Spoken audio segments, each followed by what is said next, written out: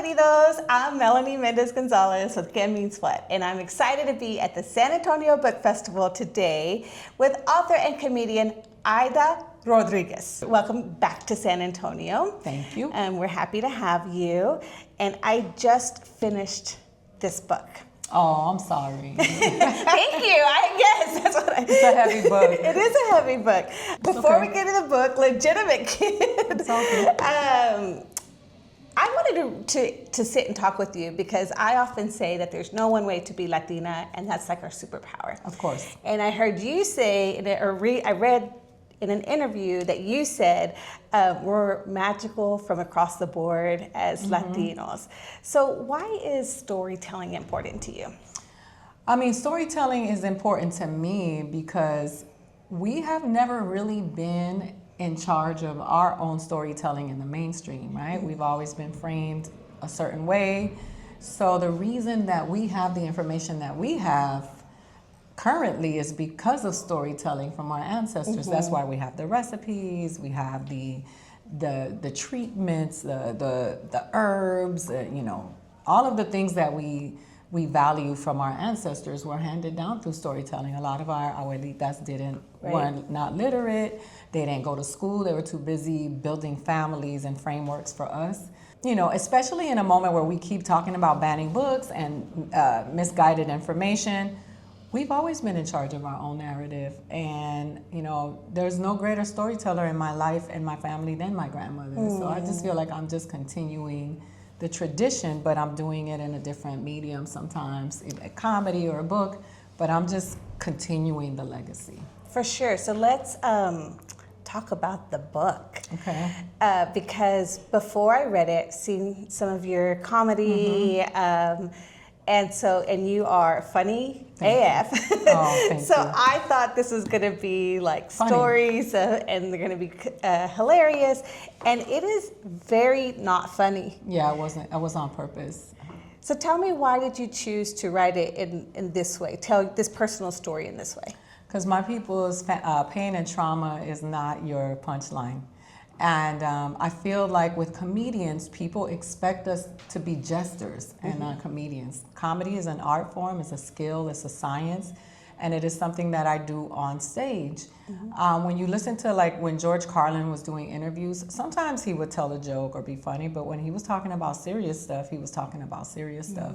The stories that I was sharing that shared in the book were very serious stories, and I didn't want to make jest of them because they are not mine, right? And so I wanted to respect my relatives, my family, my community by lifting them up in the proper light that they deserve. I felt like by doing it this way, you allow the readers to begin their own healing journey because they can see these traumatic experiences reflected, because everybody has some trauma. Of course. We just don't always get to read about it from people who look like us too. Yeah, thank you for that. That was why I wanted to tell it. I wanted to release some people from things that we tend to be ashamed of, especially within Latino, Latinx community. I don't mind respecting other people's wishes. I just think we've been taught not to air out our dirty laundry, but a lot of times it is at our expense. A lot of things that happen to us, like people are like, how could you say these things about these people if you love them? And I'm like, that's my story. Yeah. And my story matters. I think that my followers, audience would like to hear from you because we learn a lot about Latinas leaders' stories. And so what is your personal definition of leadership? Leadership is so quiet because it's you. People want to follow you because of your example. And so when I think about leadership, of course I think of Dolores Huerta, right? Who I've had the pleasure and privilege of meeting.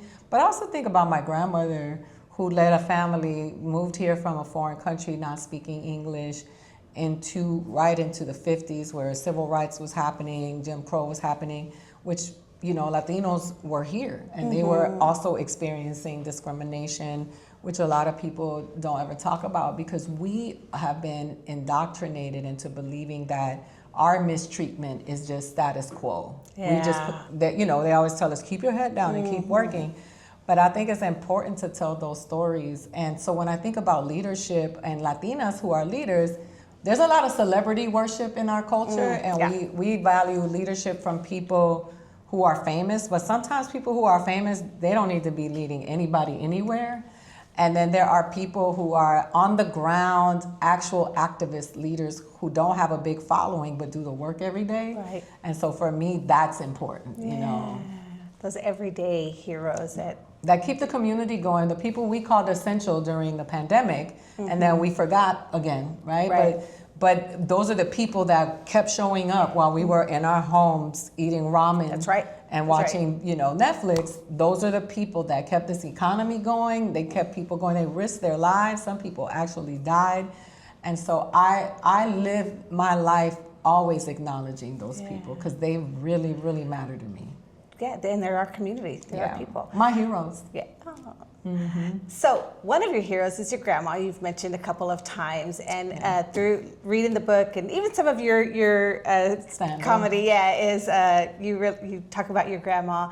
But I felt as a mom reading this, a lot of your story is rooted in motherhood, in whichever way that looked like. Absolutely. What words of encouragement or advice do you give particular to Latina moms who are raising their kids today? Oh, Latina moms need to give themselves grace. They carry communities on their backs and are told that that's just the way it is, and it's not. That's not.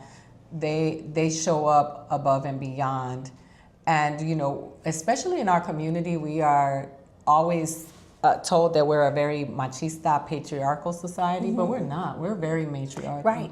Abuelas are the matriarchs of the families. They run. I don't know anybody who's not crazy about their grandmother, except George Lopez. He was the only one.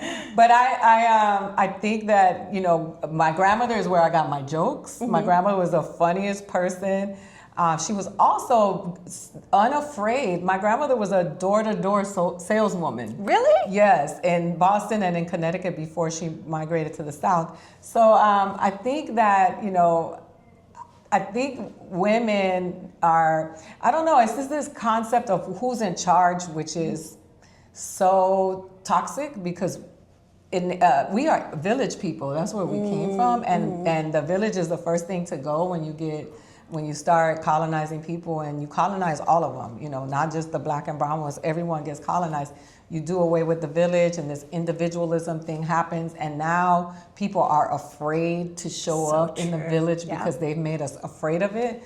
But I think that women are so, you know, essential and important and need to be reminded that it's okay to take a break. It's okay to center yourself, because we live in sacrifice. Yeah. And so I think, you know, Latinas in particular show up in a very specific way in our families and in our units, and they need to be reminded that they deserve grace. Thank you for that. That's beautiful. We know, you said it earlier, Latino, Latina, X. So the identity is complicated. Absolutely. But there are also a lot of funny things about it. So what is one thing about our identity that still cracks you up? You know, the funny thing is that there's this idea that we're monolithic, and that's why we have these issues and people are having these meltdowns because I'm not Latinx, I'm not Latina. People need to read more. Readers are leaders. Trans people have been around for a very long time. It's not a new, phenomenon in indigenous culture. Two-spirit people have always been here. And when it comes to identity, we fight so hard to be seen that we settle for how they see us. And I think it's important that there's no such thing as the Latino market, right? There's a South American market, Central American. There are indigenous people who are in Mexico and Puerto Rico who do not identify. They identify by their tribes. They don't want to identify with colonial names. They don't speak colonial languages. And I think that we have to start unpacking that and honoring that. There are like Afro-Latinos who now are calling themselves Afro-Boricua. They don't want to be Hispanic. Hispanic is a very complicated term because it includes Spanish people. It's a very weird thing to include your colonizer and your identity. And I don't hate people from Spain, because there's a whole thing that Spain has its own trauma, and there's a spectrum of people there as well. But I think that the lack of education is the greatest disservice to us, because when people don't know better, they don't do better. But I think it's important to know that when it comes to identity, is that people are now discovering different ways to identify that don't have to do with what somebody told them they needed to be. And it's cool. So I don't have a problem with Latinx or Latina, how some people want to identify. And I don't understand why some people do. Why are you so bent out of shape about the way somebody else is trying to identify? Now, if you don't want to identify as that, that's fine. But people have total meltdowns, and I'm like, go heal that wound. Go get a hug. As do what the kids say, go touch some grass. Get yourself together, and stop getting so bent out of shape about things that don't matter. You need to be worried about this floods and climate change and the fact that you can't afford to buy food right now. Those are the things you need to be worried about, like making sure you have the right superintendent at the schools where your kids are, and that that they're treating your community well when they go to the doctor. Those are the things that are important. And let people be who they need to be, because the problem with us is that we've always been policed. So now we're policing each other, because we believe that we're supposed to be policed. And that nothing could be further from the truth. Some people should just be allowed to be who they are. So if they want to identify as they and them, let them do that. That's okay. Their soul needs that. And your soul is telling you to oppress those people, then that you need to go check what's wrong with you. Check on your soul. That's right. Aida, thank you so much for your time today, and congratulations on this great book. And thank you for reading it. Yeah, absolutely. I want everybody else to read this as well. Awesome. Thank you so much. Thank you.